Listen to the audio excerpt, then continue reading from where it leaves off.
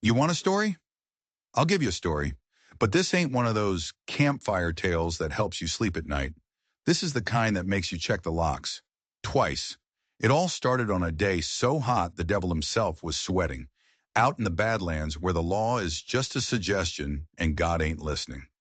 A man named Thomas Greaves was riding the fence line of his ranch, a place so remote it was more a memory than a home. He'd lost everything that mattered out here. His wife, Sarah, his boy, little Sam. A fire, they called it. An accident. But Thomas knew the silence that followed wasn't accidental. It was earned. It was a punishment.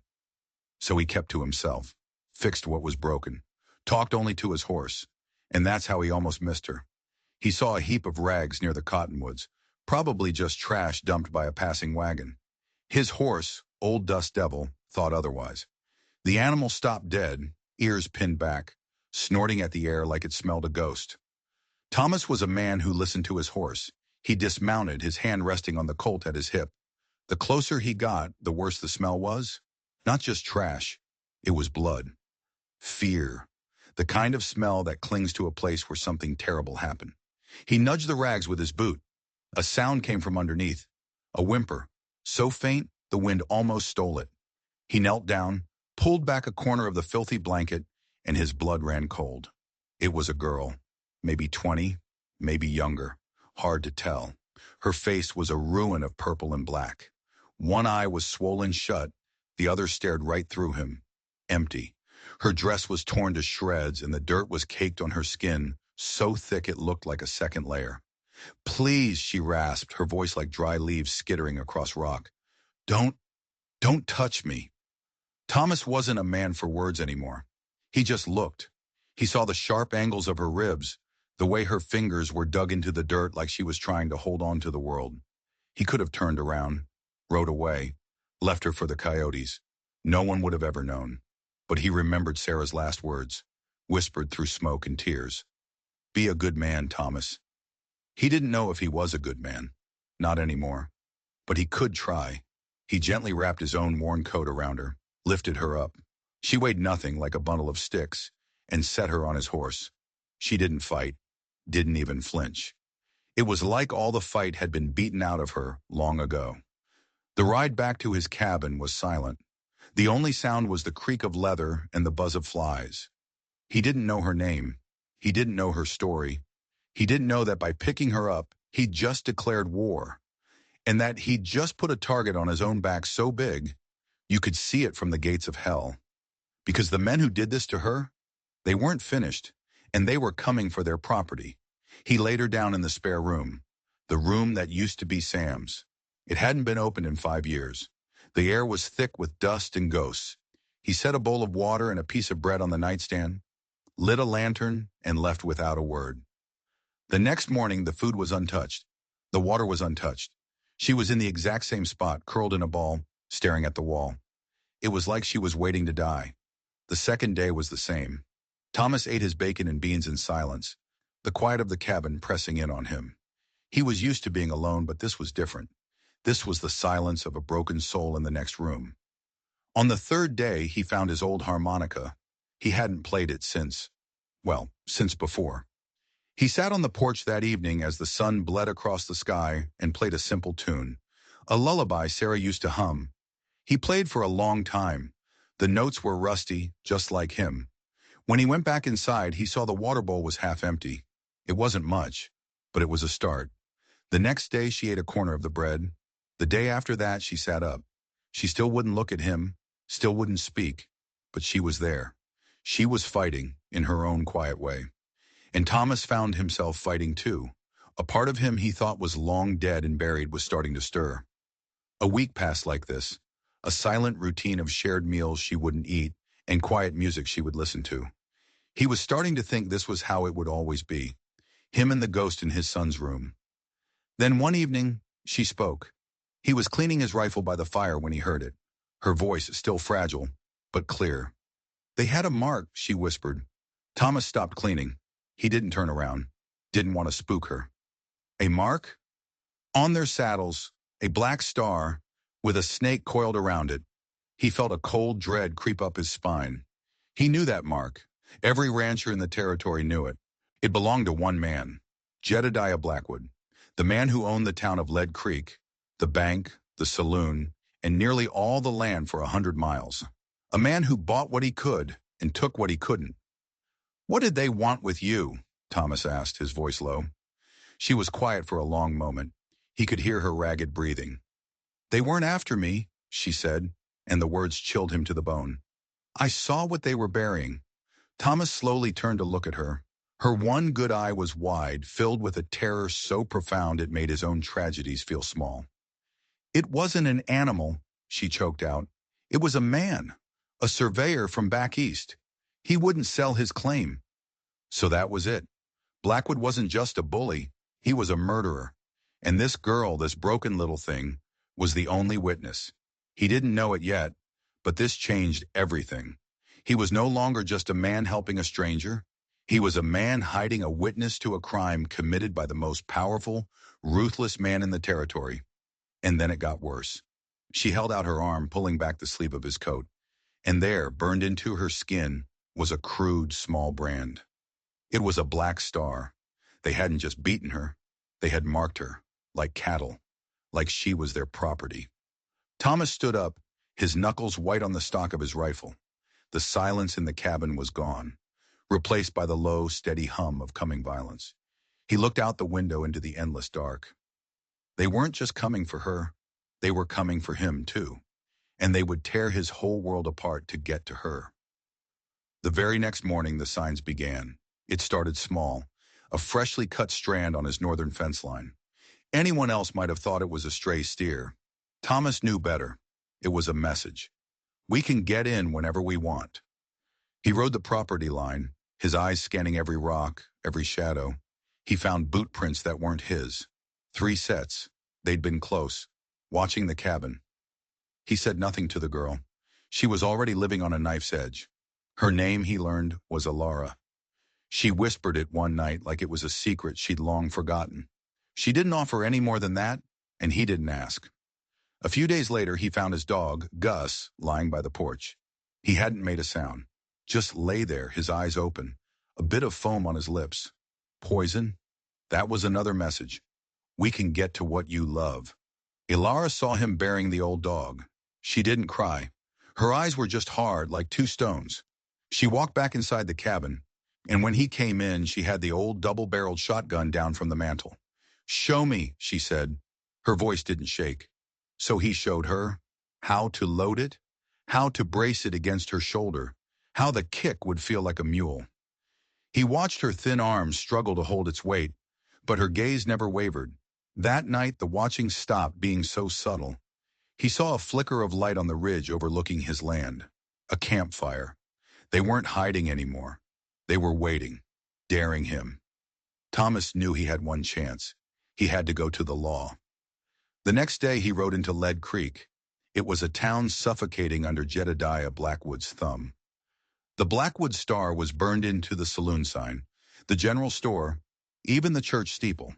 The sheriff's office was a dusty, forgotten corner of town. Sheriff Brody was an old man, his face a road map of whiskey and regret. Thomas had known him for years, figured he was at least an honest man, if not a brave one. Thomas laid it all out. The girl, the brand, the murder she'd witnessed. Brody listened, chewing on an unlit cigar. He didn't seem surprised. He just seemed tired. "That's a heavy accusation, Thomas," he said, looking out the window toward Blackwood's mansion on the hill. "Jedediah Blackwood practically built this town." "He's burying men on my land," Thomas said, his voice flat. I'll look into it," Brody said. "Just keep that girl safe and quiet. Don't you go stirring up a hornet's nest." Thomas rode home with a knot in his gut. The sheriff's words felt less like a promise and more like a warning. That night, the knot in his stomach turned to ice. He was banking the fire when he heard a noise outside, a soft thud against the cabin door. He grabbed his rifle, motioned for Ilara to get down, and crept toward the door. He waited. Silence. Slowly, he opened the door a crack. There was nothing there, just the endless, dark prairie. Then he looked down. Stuck in the wood of his door was a hunting knife. Pinned beneath it was a small, crudely carved wooden bird. He heard a sharp intake of breath behind him. He turned. Alara was staring at the bird, her face completely white. All the hardness, all the fight he'd seen in her was gone, replaced by pure, gut-wrenching terror. That's my brother's, she whispered, her voice breaking. He carved it for me. Thomas's blood went cold. This wasn't just a threat anymore. This was a promise. They didn't just know where she was. They knew who she was, and they had her family. They live in the valley, 2 days west of here, Alara said, her voice a monotone of shock. My parents, my little brother, Leo. The wooden bird sat on the table between them, a tiny monument to their new reality. The game had changed. This wasn't just about hiding anymore. Blackwood's men came a month ago, she continued, staring at the bird. They wanted our land. There's a spring on it, the only one for 50 miles that doesn't run dry in the summer. My father said no. She took a shaky breath. They gave him a week. I knew they weren't bluffing. I'd heard stories. So I ran. I thought if I could make it to the federal marshal in Stonecross, I could get help before they came back. She'd never made it. She'd cut across the Badlands trying to save time, and that's when she'd stumbled upon Blackwood's men and the surveyor's shallow grave. The bird, Thomas said, his voice quiet. I told Leo to hide it if he ever saw men with the black star. Hide it, then run and find me. It was our signal. The knife through its heart was their signal back. We have him. Thomas felt a rage so pure and cold it almost choked him. They were using a child. He looked at Alara, this girl who had been through hell, and now this. A choice between her own life and the life of her brother. But then a thought surfaced. A cold, hard piece of logic in the middle of the fire. If they have your brother, he said slowly, why send a warning? Why not just take what they want? Alara looked up, a flicker of confusion in her eyes. They're not after your family's land anymore, Thomas said, the pieces clicking into place. Not right now. They want you, quietly. They don't want a federal marshal sniffing around because a whole family went missing. They want the witness. The bird wasn't just a threat. It was a negotiation. Her, for the boy. And then another, darker thought hit him. He remembered the look on Sheriff Brody's face, the way he'd said, keep her quiet. The sheriff? Thomas said, his voice grim. When I told him about you, what was the one thing I didn't mention? Alara frowned. My name? Where I was from? Exactly, Thomas said. I never told him. But they know. They know about your brother. There was only one way. Sheriff Brody wasn't just scared of Blackwood. He was working for him. The law in Lead Creek was a lie. They were completely and utterly alone. For a moment, the weight of it all was crushing. A broke-down rancher and a half-dead girl against the most powerful man in the territory, his private army of killers, and the law itself. It was impossible. It was suicide. Alara seemed to read his thoughts. She looked from the bird to Thomas, her gaze clear for the first time. The fear was still there, but underneath it, something else was taking shape. Something hard. He showed me where they buried the surveyor, she said, her voice steady. Before they caught me, I saw it. It was near an old twisted juniper tree, the one that looks like a skeletal hand. Thomas knew the one. It was on the edge of his property, bordering Blackwood's vast holdings. There's more, she said, leaning forward. They didn't just put him in the ground. They put his lockbox in with him, the one with his maps, his deeds, his official survey findings. Thomas's mind raced. A federal surveyor. His official documents would be irrefutable proof of land ownership. If Blackwood was grabbing claims, that box could be the key to undoing his entire empire. It wasn't just about hiding a witness anymore. It was about unearthing the proof that could burn Jedediah Blackwood to the ground. Suddenly they had something the most powerful man in the territory wanted, and something he feared. They had leverage. The cabin no longer felt like a shelter. It felt like a fortress. A very small, very fragile fortress, about to be under siege.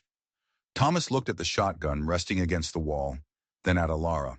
The terror was still in her eyes, but it was being eclipsed by a cold, burning resolve. He didn't know if they would survive the night, but for the first time in 5 years, Thomas Greaves felt like he had a reason to fight, and a hell of a reason to win. The quiet that followed was worse than any noise. It was a waiting quiet, a holding your breath kind of quiet. Thomas didn't sleep. He sat in his chair by the fire, the rifle across his lap, watching the windows. Every gust of wind was hoofbeats. Every creak of the old cabin was a boot on the porch.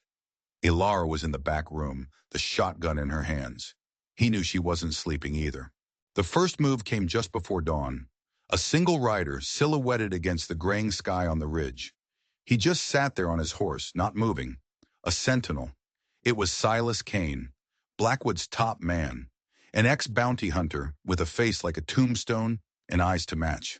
Thomas had seen him in town, a man who walked like he owned the ground under his feet. He was there to make sure they knew. They weren't going anywhere. "They're boxing us in," Thomas said, not taking his eyes off the rider. "They think we're trapped," Ilara said from the doorway.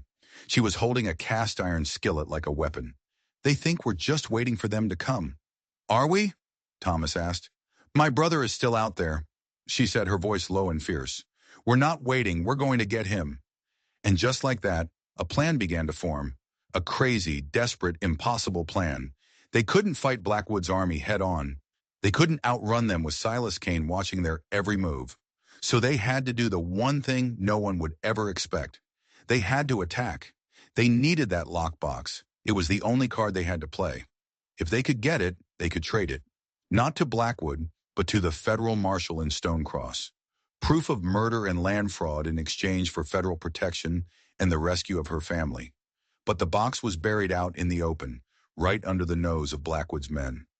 "They'll be watching the cabin," Thomas reasoned. "They'll expect us to either stay put or make a run for it south toward the main road." "The juniper tree is north," Ilara said. "Through the rocky pass. It's rough terrain, hard to watch."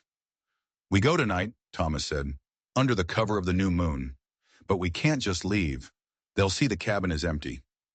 He looked around the small, dusty room, at the fireplace, at the oil lamps. An idea, born of desperation, sparked in his mind.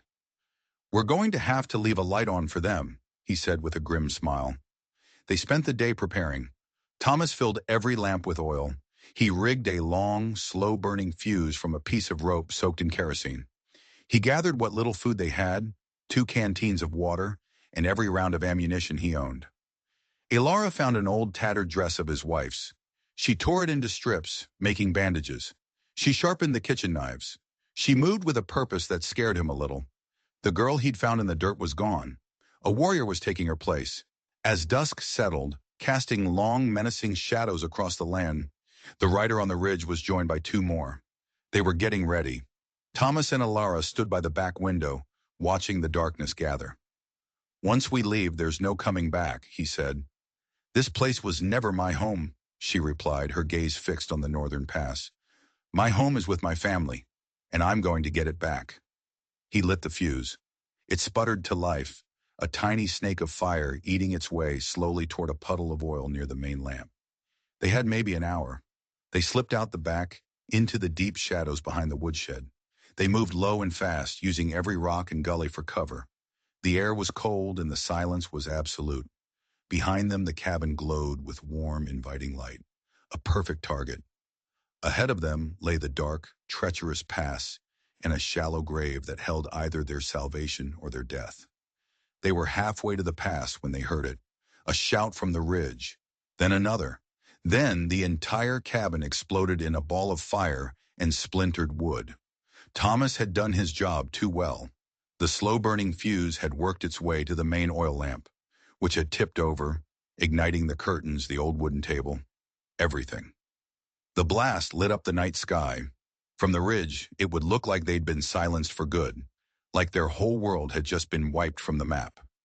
It would buy them time, but it also meant there was no going back. Everything Thomas Greaves had owned, every memory of his wife and son tied to that place, was now a pillar of smoke and ash. He didn't look back. He just grabbed Ilara's hand and pulled her toward the darkness of the pass. The hunt had just begun, and for the first time, they were the hunters. The skeletal juniper tree stood stark against the starlit sky, just as Ilara had described. They'd moved through the rocky pass for hours, every step a risk, every sound magnified in the silence. The ground around the tree was disturbed. The earth was softer. "This is it," Alara whispered. They didn't have shovels. They used their hands and a flat rock, digging frantically in the cold dirt. The work was brutal. Their fingers were raw and bleeding in minutes. Finally, Thomas's hand hit something hard. Wood. They cleared the dirt away, revealing the top of a small iron-banded lockbox. Just below it, the fabric of the dead surveyor's coat was visible. A wave of nausea hit Thomas. He was robbing a grave. But this was more than a grave. It was a crime scene. He heaved the heavy box out of the hole. It was locked tight. He used the butt of his revolver, smashing at the rusted lock until it finally broke with a sharp crack. Inside, nestled amongst oilskin-wrapped papers, was a surveyor's logbook, a stack of official-looking deeds, and a hand-drawn map. The map was the prize. It detailed every land claim, every spring, every mineral deposit in the entire valley. Cross-referenced with the deeds, it was irrefutable proof of who owned what. And scrawled across a half-dozen claims, including Alara's family's land, was the signature of Jedediah Blackwood, dated a week after the surveyor had been murdered. He hadn't just killed the man. He'd stolen his seal and forged the documents to steal the land. This was it, the smoking gun. Enough to bring in the U.S. Marshals and hang Blackwood from the highest tree. They were just about to put the papers back when Alara gasped. Tucked into the logbook was another, smaller piece of paper. A personal letter. The handwriting was neat, feminine. Thomas's heart stopped.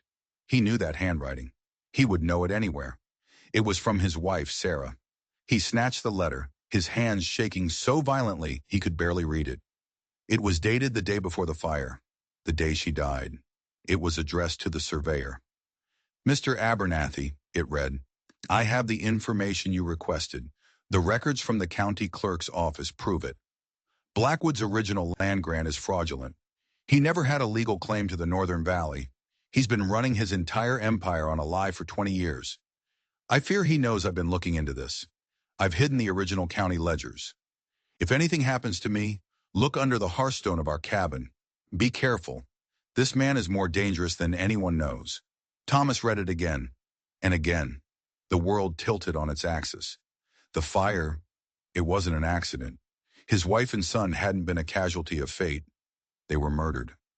Sarah had discovered Blackwood's secret, the original sin his empire was built on, and he had silenced her. He'd burned them alive to hide a 20-year-old crime. This whole time, he'd been living in a graveyard of his own making, rotting with a grief he thought was his alone. But it wasn't grief, it was rage, and it had been sleeping for 5 long years. Now it was awake.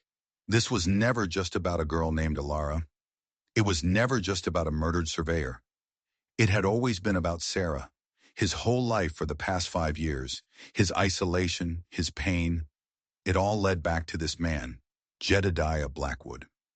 He looked up from the letter, his eyes finding Alara's in the darkness. She could see it on his face. The grief had been burned away, replaced by something terrible and cold. "Thomas?" she whispered. "He killed them," Thomas said, his voice a low growl that didn't sound human. "He killed my family."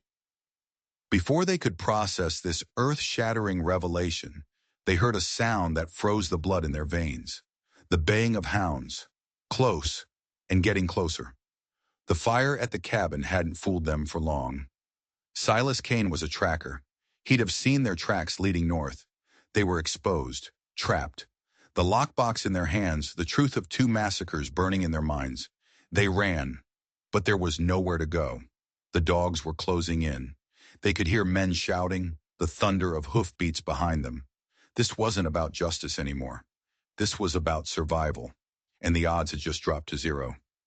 They scrambled through the rocks, the dogs getting louder, their howling echoing through the canyons. There was no plan, just blind, panicked flight. The terrain grew steeper, leading them up the side of a narrow, rocky mesa.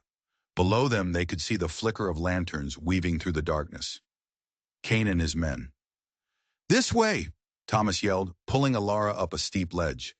They reached the top of the mesa, a flat, desolate expanse of stone with a sheer drop on all sides. A dead end. They were trapped. The hounds were at the base of the mesa now, scrabbling at the rocks, their barks frantic. The men were right behind them. "Give it up, Greaves!" Silas Kane's voice boomed from below. "There's nowhere to run. The girl is Blackwood's property. Give her back, and he might let you walk away." "He murdered my family," Thomas roared back, the sound torn from his throat. There was a pause, then a low chuckle from below. "Your wife was a nosy woman," Kane called out. "Stuck her nose where it didn't belong. She got what she deserved." The words hit Thomas like a physical blow. It was real. A confirmation spat from the mouth of the devil himself. He looked at Alara. Her face was grim, her knuckles white on the shotgun she carried. They had the lockbox, the proof. But it was useless if they were dead. "I'm not going back there," she said, her voice shaking but firm. "I won't let them take me." "They won't," Thomas said. He looked at the sheer drop behind them. It was at least 100 feet to the canyon floor. The first of Kane's men started climbing the rock face. They were out of time. Thomas looked at the lockbox, then at Alara. An idea, crazier than anything before, took hold. "The papers," he said, his voice urgent. "Give me the map. And Sarah's letter." He stuffed the crucial documents inside his shirt. He handed the heavy lockbox back to Alara. "When I tell you," he said, looking her straight in the eye, "I want you to throw this as far as you can. Over their heads. Down into the canyon." "What?" she asked, confused. "They want the box. They think the proof is in it. It'll buy us a few seconds. That's all we're going to get." He pulled his Colt, the metal cold and solid in his hand. He had 6 shots. There were at least 8 men. The first man's head appeared over the ledge. Thomas fired. The man screamed and fell backward. "Now!" he yelled. Alara hurled the lockbox with all her might. It sailed through the air, end over end, over the heads of the men below, and disappeared into the darkness of the canyon with a distant crash. For a heartbeat there was stunned silence. Then chaos erupted below, as half the men scrambled to go after the box. It was the diversion they needed, but they were still trapped. "What now?" Alara cried. Thomas looked at the sheer cliff behind them. Then he looked at a narrow, crumbling ledge about 20 feet down. It was barely a foothold. Below that, darkness. "You trust me?" he asked her. She just nodded, her eyes wide. He holstered his pistol. "Wrap your arms around my neck, and don't let go, no matter what." She did as he said, clinging to him like her life depended on it, which it did. He took a deep breath, backed up to the edge of the cliff, and jumped. For a terrifying second, they were airborne. The wind screamed past them. The ground rushed up. They hit the narrow ledge with a bone-jarring impact. Thomas's boots skidded on the loose gravel. For one heart-stopping moment, he teetered on the brink, his heels hanging over 100 feet of empty space. He dug his fingers into the rock face, the stone tearing at his skin. He held on, his muscles screaming, Alara's weight pulling them both toward oblivion. Slowly, painstakingly, he found his balance. They were alive, stranded on a tiny ledge in the dark, with a posse of killers above and a deadly drop below. But they were alive. He could hear Kane shouting above them, furious. They knew they were down there, but it was too dark, the angle too steep to get a clear shot. "They're not going to just leave," Alara whispered, her voice trembling against his ear. "I know," Thomas grunted, already scanning the rock face. "We have to keep moving." Their only way was down. Hand over hand, foot by foot, they began to climb down the sheer cliff face in the pitch black, with nothing but their raw nerve and a desperate will to live. Every handhold was a prayer, every foothold a gamble. They were halfway down when the rocks above them exploded. Kane's men were firing blindly into the darkness, hoping to get lucky. Chips of stone rained down on them.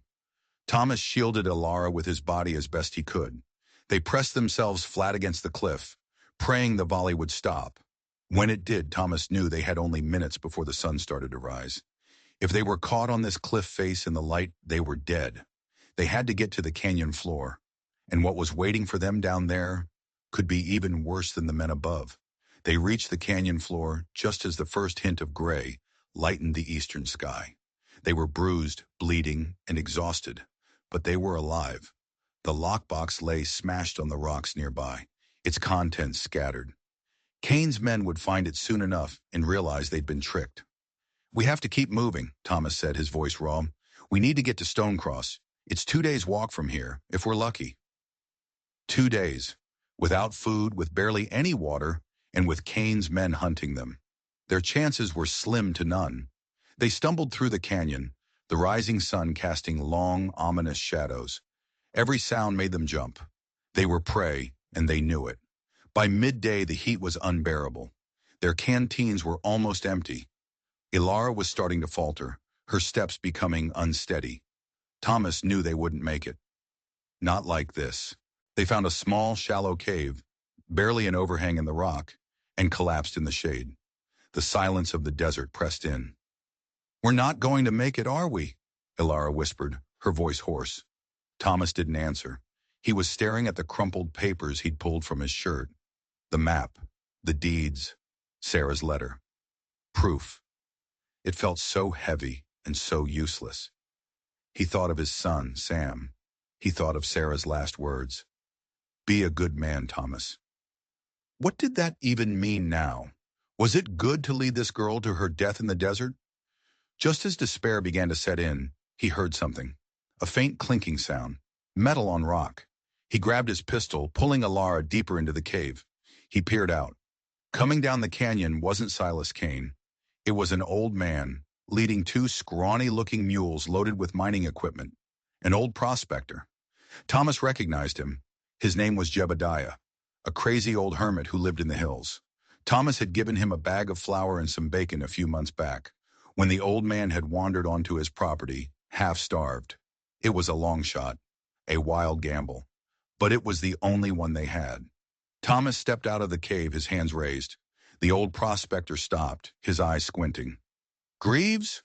What in blazes are you doing out here? Heard your place burned down." "We need help, Jeb," Thomas said, his voice cracking with thirst. "We need to get to Stonecross. Men are after us." Jebediah looked from Thomas to Ilara, his gaze taking in their ragged clothes, their bleeding hands. He spat a stream of tobacco juice into the dust. "Blackwood's men?" he asked. Thomas nodded. The old man was silent for a long time, stroking his filthy beard. "Blackwood ran me off my claim 10 years ago. Said it was his. Never had no papers to prove it." He looked at Thomas, a shrewd glint in his watery eyes. "Getting to Stonecross ain't your problem. The marshal's in Lead Creek." "What?" Thomas said, stunned. "That's impossible." "Brody." "Marshall came in yesterday on the noon stage. Heard there was some trouble with a federal surveyor going missing. Brody's been sweating bullets ever since, trying to keep the marshal drinking at the saloon instead of asking questions." Hope, fierce and blinding, surged through Thomas. They didn't have to make it to Stonecross. They just had to make it back to Lead Creek, back into the Viper's Nest. But this time, they wouldn't be alone. "Can you get us there, Jeb?" Thomas asked. "Get us into town without being seen?" The old prospector grinned, showing a mouth with more gaps than teeth. "There's old mining tunnels that run all under these hills. Come out right behind the livery stable. Blackwood don't know nothing about 'em." He looked at Ilara. "But it's gonna cost you more than bacon, this time, Greaves." "Anything," Thomas said. "You get my claim back from that son of a bitch Blackwood," Jebediah rasped. "You use whatever you got there to burn him down, and you make sure old Jeb gets his land back." Thomas looked at the papers in his hand. The proof. "You've got a deal," he said. They were going back. The plan was insane. Walk right back into the town owned by the man who wanted them dead. A town where the sheriff was on his payroll, but it was the last place Silas Kane would ever think to look for them, and it was where they would make their final stand. The mining tunnels were a claustrophobic hell, dark, damp, and smelling of earth and decay. Jebediah led them through the labyrinth with a sputtering lantern, his mules navigating the tight passages with an eerie confidence. Hours passed in the suffocating darkness. They finally emerged, blinking in the late afternoon sun, into a dusty, unused shed behind the Lead Creek livery stable. The sounds of the town, a blacksmith's hammer, piano music from the saloon, drifted over to them. They had made it. The marshals hold up in the hotel, Jebediah whispered, pointing across the street. But Blackwood and Kane are over at the saloon. Got the whole place locked down. Brody's with them. They were all in one place, the serpent and its fangs. I need to get to the marshal, Thomas said. Alone. No, Elara said, grabbing his arm. We do this together. It's too dangerous. If they see you. They're not looking for me in the middle of town, she argued. They think I'm dead in the canyon. I can create a distraction, give you the time you need. Before Thomas could argue, she explained her plan. It was simple and terrifyingly risky. Jebediah gave them a change of clothes from his mule packs. Rags, but they were clean. Elara tied her hair up under a bonnet. In the dim light, she could almost pass for a local farm girl. Be careful, was all Thomas could say. She just gave him a small, determined nod and slipped out of the shed.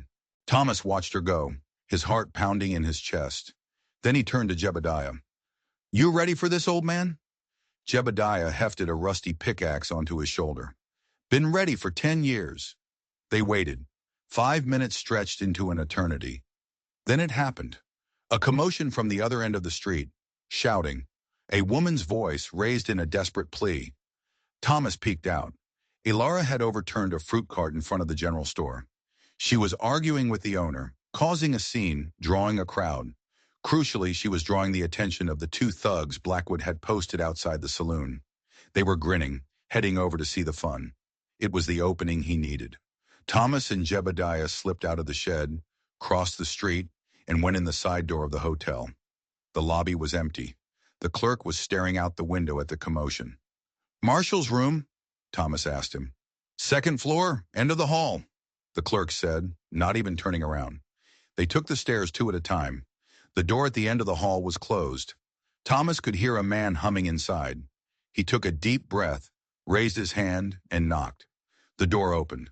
A tall man with a thick mustache and a silver star pinned to his vest stood there. He looked annoyed. What is it? U.S. Marshal John Corbin? Thomas asked. Who's asking? Thomas didn't waste words. He pushed past the marshal into the room and threw the papers onto the table. The map, the forged deeds, and on top of it all, Sarah's letter. My name is Thomas Greaves, he said, his voice shaking with the weight of the last 5 years. And this is proof that Jebediah Blackwood murdered a federal surveyor, and my wife, and my son. Marshal Corbin's eyes widened as he scanned the documents. He picked up Sarah's letter, his expression turning from annoyance to shock, then to cold, hard fury. I knew Abernathy, he said, his voice a low growl. He was a good man. He looked up at Thomas. Sheriff Brody told me you were a crazy squatter who'd lost his mind after your family died in a fire. The fire wasn't an accident, Thomas said, and the sheriff is on Blackwood's payroll. Just then, the shouting outside intensified. The distraction was ending. There was a thunder of boots on the stairs. The door burst open. Silas Kane stood there, a smoking pistol in his hand. Behind him, Sheriff Brody looked pale and terrified. You've caused enough trouble, Greaves, Kane snarled, raising his gun. He never got the shot off. Marshal Corbin was faster. His draw was a blur. His shot was a single deafening crack. Kane stumbled backward, a look of pure surprise on his face, a dark hole appearing in his chest. He collapsed in the doorway, dead before he hit the floor. Sheriff Brody threw his hands up, his gun clattering to the floor. I had no choice. He made me. Before Corbin could even respond, the whole building shook with the sound of a shotgun blast from the street. Thomas ran to the window. Down below, Elara stood over one of Blackwood's thugs, the shotgun from the cabin in her hands. She'd timed her distraction perfectly. When Kane made his move, so had she. Jebediah was standing over the other thug, his pickaxe looking far more menacing than a pistol. The street was silent for a moment. Then the door of the saloon swung open. Jebediah Blackwood himself stepped out. He was dressed in a fine suit, but his face was a mask of rage. He saw Kane's body in the hotel doorway. He saw the marshal's star. He saw Elara with the shotgun. He saw his entire empire crumbling around him. He pulled a small silver derringer from his coat pocket and aimed it. Not at the marshal, not at Thomas, at Elara. Thomas screamed her name. Another shot rang out. Not from the marshal, not from Ilara. Blackwood staggered, looking down at his chest in confusion. A small red stain was spreading across his white shirt. He looked across the street, his eyes finding the source. Sheriff Brody stood on the hotel balcony, his service revolver smoking in his trembling hand. For the first time in years, he'd chosen a side. The right one. Jedediah Blackwood, the king of Lead Creek, fell to his knees and then pitched forward into the dust, dead. It was over.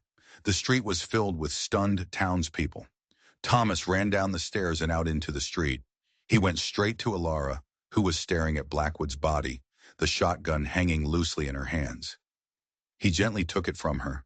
She looked up at him, her eyes filled with a storm of emotions. They had done it. They had survived. And in the ashes of their old lives, something new was beginning to grow. Weeks turned into months. Lead Creek was a different town. With Blackwood's empire dismantled by Marshal Corbin, the land claims were restored. Jebediah got his claim back. Ilara's family, rescued from their terrified vigil, was given the deed to their land, free and clear. Ilara chose not to go back with them. Not yet. She stayed at the Greaves Ranch, or what was left of it. Together, she and Thomas began to rebuild. They cleared the charred timber of the old cabin, and beam by beam, built a new one. They didn't talk much about what happened. They didn't need to. The story was in the way he'd look at her when she wasn't paying attention. It was in the way she'd leave a hot plate of food for him on the porch. It was a language of shared survival, of quiet understanding. One evening, as they sat on the porch of the new unfinished house, watching the sunset paint the sky, she handed him a small object. It was the wooden bird, the one her brother had carved. Its wing was slightly splintered from where Cain's knife had pierced it. "Leo wanted you to have it," she said softly. "He said you were the one who brought me home." Thomas took the small bird, its wood worn smooth. He turned it over in his calloused hands. He thought of the hearthstone from the old cabin, the one Sarah had told him to look under. After the dust had settled, he and Marshal Corbin had gone back. Under the stone, they found the original county ledgers, just as she'd said, the final nail in Blackwood's coffin. But they'd found something else, too, a small tin box. Inside was a faded photograph of him and Sarah on their wedding day, and a single perfect eagle feather Sam had found by the creek. The only things to survive the fire. He had built the new fireplace himself, with a new, larger hearthstone. He walked inside and placed the little wooden bird on the mantel, right next to the photograph and the eagle feather, the old family and the new one, together. He walked back out onto the porch and sat down next to Ilara. She looked at him, and for the first time since he'd met her, she smiled, a real smile. It transformed her face, chasing away the last of the shadows.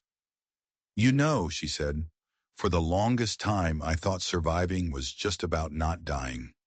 He looked at her, at the home they were building, at the sun setting on a land that was finally peaceful.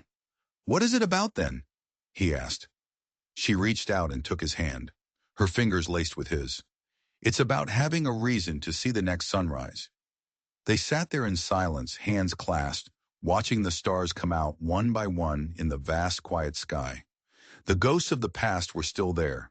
They always would be. But they were no longer screaming. They were whispering. And for the first time in a very long time, their words sounded like peace. This story is a reminder that sometimes the deepest wounds aren't the ones you can see. And the greatest heroes aren't the ones with the shiniest badges, but the ones who refuse to let the darkness win. They're the ones who stand up, even when they're broken, to fight for what's right. If you believe that stories like this matter and that courage is worth celebrating, do us a favor and hit that subscribe button. It tells us you want more tales of grit, justice, and the incredible strength of the human spirit. And let me ask you this in the comments below. When everything seems lost, what's the one thing you would fight for?